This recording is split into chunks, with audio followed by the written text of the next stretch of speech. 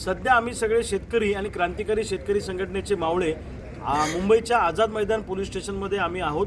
आम्हाला पोलिसांनी अटक करून ठेवलेलं आहे। आज 4 वाजता मुख्यमंत्र्यांबरोबर आमची मीटिंग लागणार असा फोन गिरीश भाऊ महाजनांनी आम्हाला केला होता, परंतु नंतर त्यांनी पुन्हा आम्हाला 4 वाजेनंतर फोन करून सांगितलं की आजच्या ऐवजी ही बैठक उद्या लागेल।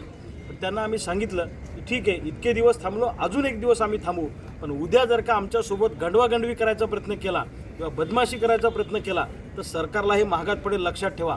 आज जे काय आंदोलन विधान भवनासमोर झालं, हा आंदोलन फक्त ट्रेलर होतं, लक्षात ठेवा। पिक्चर बघायचा असेल तर तुम्ही एकदा येणाऱ्या काळात आमच्यासोबत बदमाशी करून दाखवा।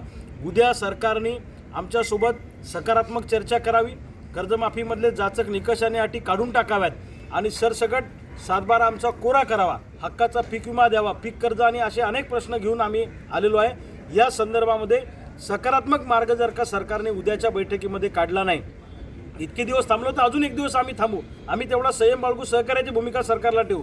पण उद्या जर का त्या बैठकीमध्ये मार्ग निघाला नाही तर महाराष्ट्रातला शेतकरी अत्यंत ताकदीनं तुम्हाला रस्त्यावर दिसेल आणि शेतकऱ्यांच्या पोरांचा संयम सुटेल।